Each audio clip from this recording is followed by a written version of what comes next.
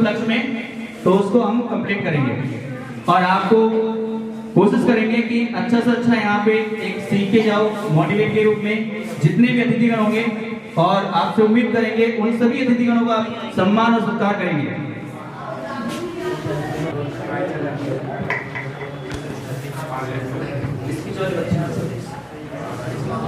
Director महोदय उमा शंकर जी, पवन जी sir, किसान दिवस के उपलक्ष्य में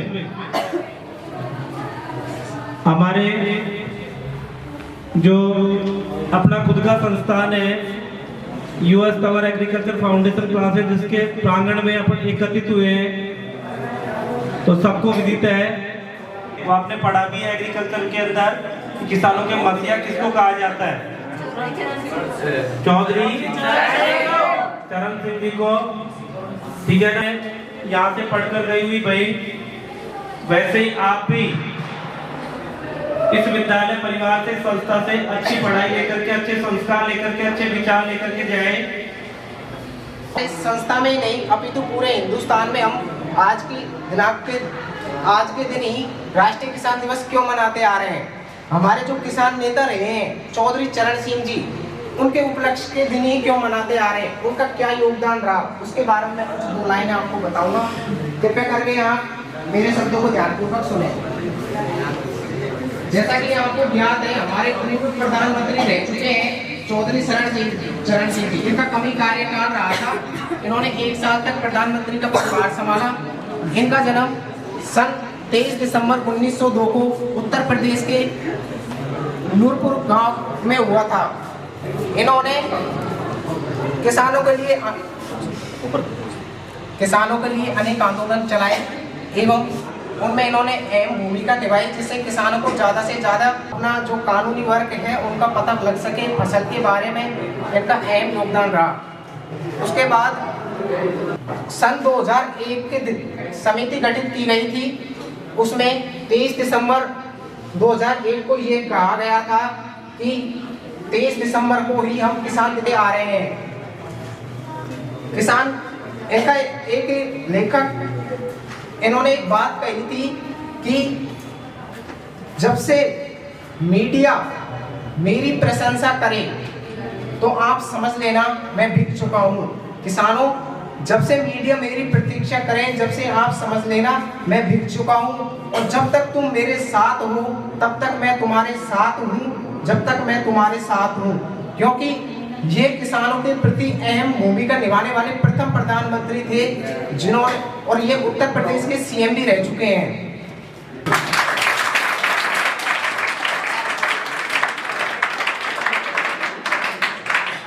बात समझ में आई क्या?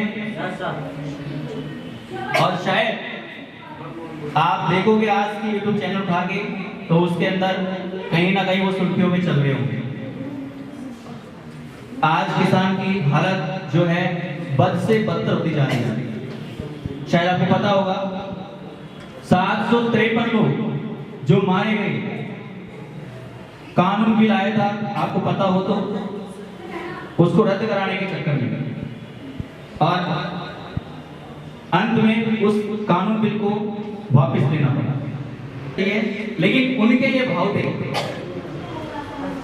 तो एक एक बात जो बच्चा बोलता है, या फिर मैं बोलता हूँ, या फिर अन्य आने वाले अतिथिगण कहते हैं, तो उनसे दिमाग के साथ पढ़ते हैं। यहाँ कोई इंटेलिजेंट नहीं होता। अगर आप अच्छे से मेहनत कर लोगे तो डेफिनेट कहीं ना कहीं आपका नंबर आएगा। मेरी 7 साल की लाइफ में मैंने देखा है, अनुभव किया है कि जिस बच्चे ने मेहनत की है उस बच्चे को रिजल्ट मिला भी है।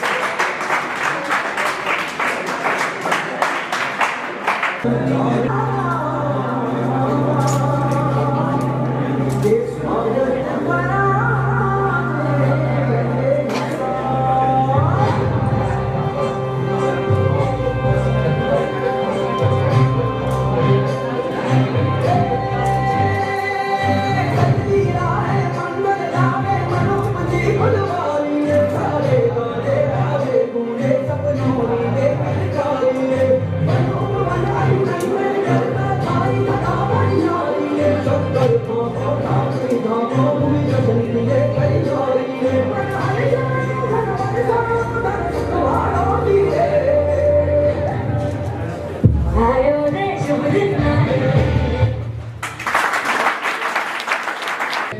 रूबरू होने का मौका दिया और एक कृषि प्रधान देश में किसान दिवस पर चर्चा करने के लिए आमंत्रित किया। तो यूएस फाउंडेशन का और उमाशंकर जी का इसके लिए बहुत बहुत धन्यवाद। आप सभी बच्चों को किसान दिवस की हार्दिक शुभकामनाएं।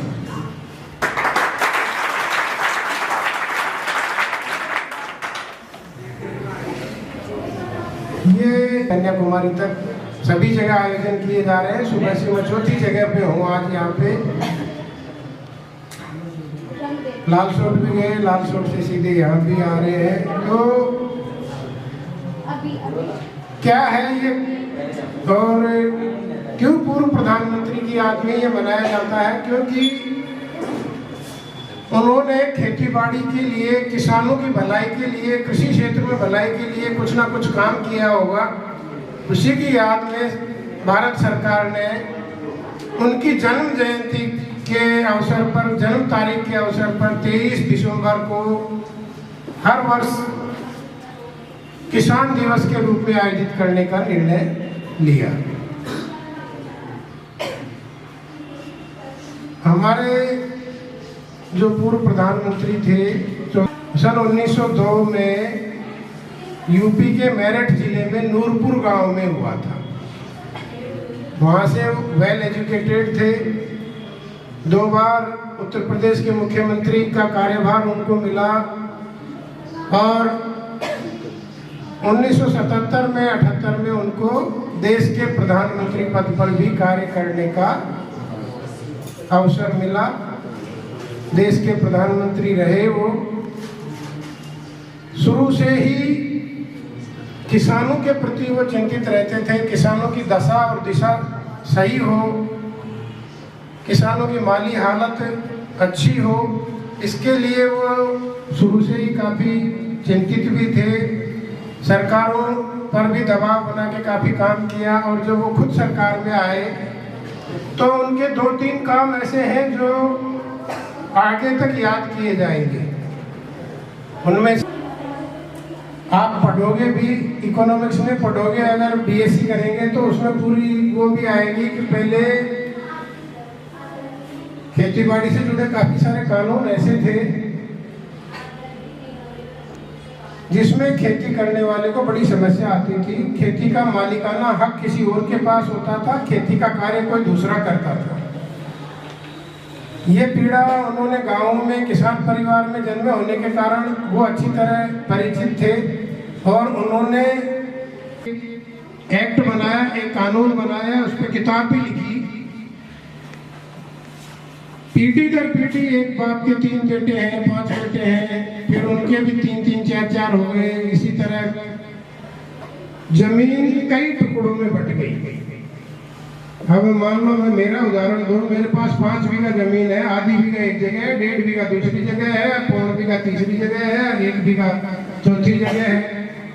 अब न तो मैं उसमें कोई यंत्रीकरण कर सकता, न अच्छी तरह से खेती बाड़ी हो सकती। जब भी उनको मौका मिला, प्रधानमंत्री का कार्यभार मिला, तो उस समय उन्होंने चकबंदी कानून के नाम से कानून बनाया कि किसान को ये हक होना चाहिए कि अपनी जमीन को वो इकजाई कर सके। 2 बार कंसोलिडेशन हो चुका है। किसानों की जो जमीन फ्रेगमेंटेड एरियाज में थी उसको किसान आपसी सहमति से इकजाई भी करी है। 2 बार ये प्रयास हुए हैं, उसमें काफी किसानों को फायदा हुआ है। उसके अलावा वो एक बहुत बढ़िया चिंतक भी थे। इतने मुख्यमंत्री प्रधानमंत्री रहते हुए भी उन्होंने 10-12 किताबें लिखी। 5-6 हिंदी में भी लिखी, 5-6 अंग्रेजी में भी लिखी उन्होंने। उनमें जो एक पुस्तक है, भारत में गरीबी, उसके कारण एवं निवारण, बहुत आपको कभी मौका मिले तो इस किताब को पढ़ना, आपको समझ में आ जाएगा कि ये किसान दिवस क्यों मनाया जा रहा है, उस आदमी को क्यों याद कर रहे हैं। उसमें खेती बाड़ी नहीं, पूरे भारतवर्ष में गरीबी के क्या कारण हैं और उसका कैसे निवारण किया जा सकता है। कारण तो कोई भी गिना देगा, है फ्रेगमेंटेशन, कंसोलिडेशन की, जमींदारी उन्मूलन की, भारत में गरीबी और उसका निराकरण, ये ऑक्सफोर्ड यूनिवर्सिटी में भी एज ए कैरिकुलम उनकी किताबें चल रही हैं। इससे आपको थोड़ा सा आइडिया लग गया होगा कि वो हस्ती की क्या सोच थी, क्या समझ थी और क्या करने के लिए खेती बाड़ी के जो सुधार के काम उन्होंने किए, उनको सम्मान देने के लिए उनकी जयंती पर 23 दिसंबर को हर साल किसान दिवस मनाया जाता है। और आप जब भी आगे कभी एग्जाम में बैठेंगे तो एक आधा प्रश्न इससे संबंधित जरूर RAS में, IAS में, PCS की एग्जाम में, सभी स्टेट बोर्ड्स में, इनमें भी ज़्यादातर आता है, रिलीवेंस है, क्योंकि उस आदमी ने खेती बाड़ी पे बहुत सारे सुधारात्मक कार्य किए। अब बच्चे सारे जेट की तैयारी वाले ही जी हैं। सर। आप एग्रीकल्चर यूनिवर्सिटी में, कॉलेज में एडमिशन लेने के लिए तैयारी कर रहे हैं, तो इस महान हस्ती के जन्मदिन पे और देश के राष्ट्रीय कृषि दिवस पे और किसान दिवस पे मैं ज़्यादा कुछ नहीं बोलते हुए आपको तैयारी पर फोकस करने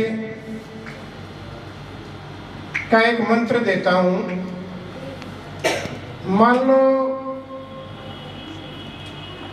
एक प्रश्न आता है, खरपतवार क्या है? अभी आपके सर ये पूरा नंबर कहाँ से मिले? तो अनिश्चित पौधे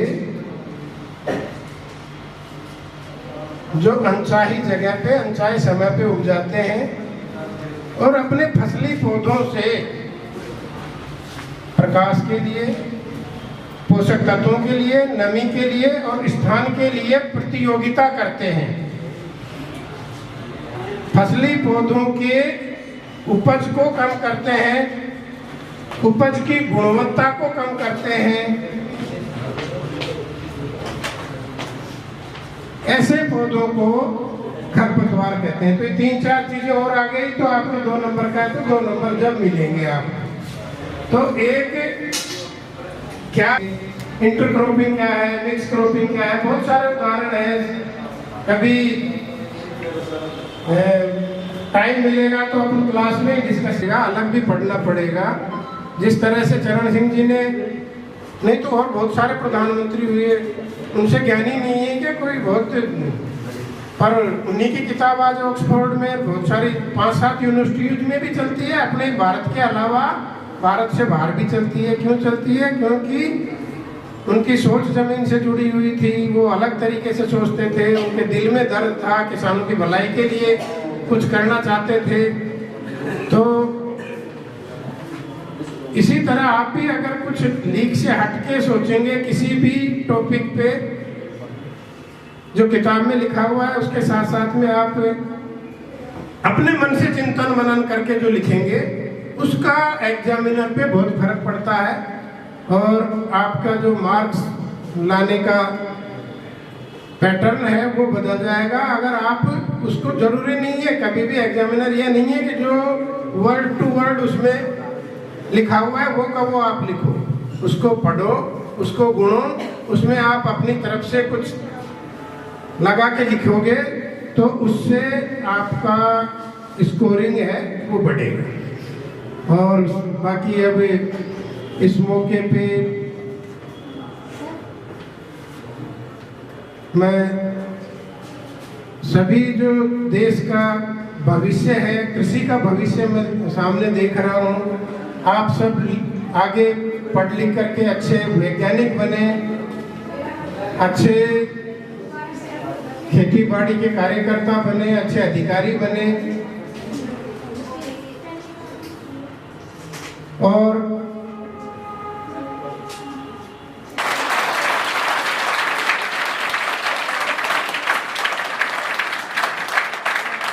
ज़्यादा नहीं तो 70% आपके दिमाग में होंगी। और उन बातों को ध्यान में रखते हुए जो एक सफिशिएंट होगा इस कार्यक्रम आज किसान दिवस में अपने शब्दों को सभी प्यारे भैया बहनों, आप सभी को नमस्कार। मैं इस किसान दिवस के उपलक्ष्य में 2 पंक्तियां कहना चाहता हूं, कृपया ध्यानपूर्वक सुने। मैं किसान हूं, मुझे भरोसा है अपने जुनून पर, निगाह लगी हुई है आकाश की मानसून पर। ये जो खुद को राशन की दुकान कतारों पर खड़ा पाता हूँ मैं, ये जो अब खुद को राशन की दुकान के कतारों पर खड़ा पाता हूँ मैं, खेतों के बिछड़ने की सजा पाता हूँ मैं। एक ईमानदार किसान डर से अब शहर आ गया है।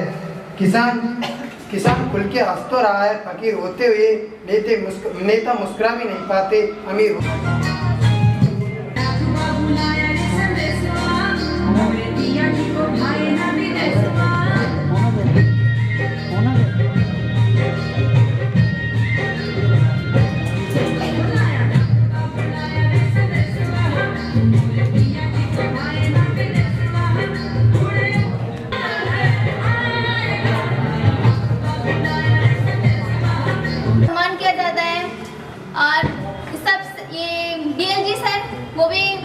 पढ़ी हुई हूँ, तो मुझे बहुत खुशी होती है कि यहाँ पर आके आपके सामने बोलना। सर ने जैसे आपको बोला, यहाँ आना और बोलना बहुत हेजिटेशन का काम है, मुझसे भी नहीं बोला जाता। मैं भी सर को बोलते हैं कि हमें यहाँ पर कुछ ना कुछ नया मिलता है, कुछ सीखने को मिल रहा है। और सर उमा शंकर और थैंक यू सर। अभी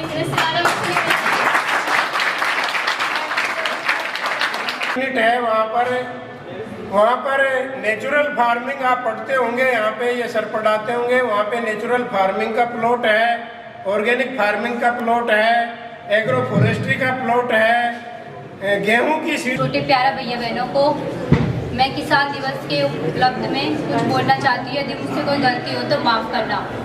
किसान दिवस 23 दिसंबर को मनाया जाता है और यह हमारे देश के 5वें प्रधानमंत्री।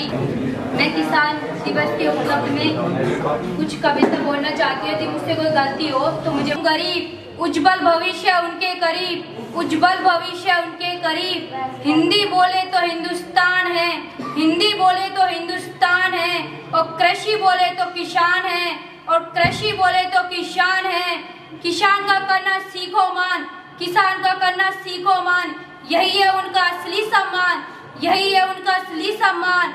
ईमानदारी मेहनत जिनकी शान है, ईमानदारी और मेहनत जिसकी शान है, वह मेरे देश के किसान है, वह मेरा देश का किसान। आत्मविश्वास की असली निशानी, मेहनती किसान बड़े अभिमानी, मेहनती किसान बड़े अभिमानी। आओ एक नया काम करे, आओ एक नया काम करे, देश के किसान को सलाम करें।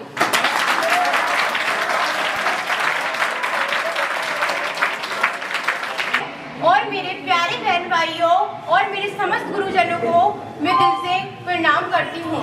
जैसा कि हम सब जानते हैं कि आज किसान दिवस है और हम सब एग्रीकल्चर के स्टूडेंट हैं, ये तो हम सबको ही पता होगा, लेकिन इसके लिए तो हमको कुछ बोलने का पड़ता ही है। तो मैं आपके सामने 2 शब्द कहना चाहूंगी, अगर उसमें कुछ गलती हो तो क्षमा करने का कष्ट करना। तो बहू कहाँ से लाओगे? अरे जरा सोच कर तो देखो, एक किसान को मार दोगे तो रोटी कहाँ से लाओगे? एक किसान को मार दोगे तो रोटी कहाँ से लाओगे? सीमा पर अरे मर रहे हैं, सीमा पर जवान मेरे भाई और बहनों मर रहे हैं। सीधू ऐसा, अरे मैं क्यों कह दूं ऐसा कि मेरा भारत महान, कि मेरा भारत महान। मैं आपके सामने एक और नारा प्रस्तुत करना चाहूंगी। कृपया चीर कर जमीनों को वो बीज वो बोता है, अरे चीर कर जमीने को बीज वो बोता है। वो किसान है दिन रात सोता नहीं है, वो किसान है दिन रात सोता नहीं है। आप सब कहते हैं स्पीड दे लो, ये कर लो, वो कर लो, अरे किसान भाई वो होते हैं। अगर हम में से हमारे पिता या कोई भी किसान नहीं हो सकते तो ये बड़े बड़े लोगों के घर में एक छोटा सा दाना आता है ना अनाजों का, वो खा सकते गौर महोदय और मेरे सभी टीचरों से मेरा आश्रय है कि उनको उन किसानों का आदर करना सीखो, उनका सम्मान करना सीखो। अरे वो ही तो हमें जीवन की राह देते हैं। अरे हमारा पेट नहीं भरेगा तो क्या हम जीवित रह पाएंगे क्या? नहीं ना। तो हमारा किसान ही तो है, हमारा किसान ही है जो हमारा पेट भरता है। और मैं आपके सामने एक आखिरी में कहना चाहूंगी, एक नारा है, ध्यान से सुनना। अरे ठंड चाहे जितनी आ जाए, 4 बजकर उठकर खेतों में पानी देता है वो। अरे ठंड चाहे कितनी भी आ जाए, 4 बजकर उठकर खेतों में पानी देता है वो। बारिश चाहे कितनी भी आ जाए, अरे बारिश चाहे कितनी भी आ जाए, उस पानी को जाने से रोकता है वो, उस पानी से जाने से रोकता है वो। मेरे भाइयों और बहनों, हम भी इस संस्था से कुछ लेकर जाएंगे, हमारी हौसलों को, उड़ान को लेकर जाएंगे। हम इस काबिल आए हैं, हाँ हमको हिम्मत नहीं आनी। अरे जरा सोच कर देखो, ये मुझे मेरे पवन जी सर ने, जब मैं थोड़ा सा मैं उनके पास गई तो उन्होंने एक अच्छी सी लाइन बोली थी मुझे कि एक किसान है, अगर एक साल वो खेत, उसमें खेती ना हो तो क्या वो खेत करना छोड़ देता है? नहीं भाई बहनों, वो दोबारा खेत करता है। तो इसी प्रकार अगर हम पर अब भी मेहनत ना हो तो दोबारा मेहनत करो, दोबारा मेहनत नहीं तो 3 बार मेहनत करो, अगर तीसरी बार तो हमें सफलता मिलेगी। ये मेरे पवन सर का कहना है और उन्होंने बहुत अच्छी बात कही है। इससे ही मैं अपनी राय को बढ़ा रही हूँ। देखती हूँ मंजिल प्राप्त हो या ना प्राप्त हो। जय हिंद, जय भारत।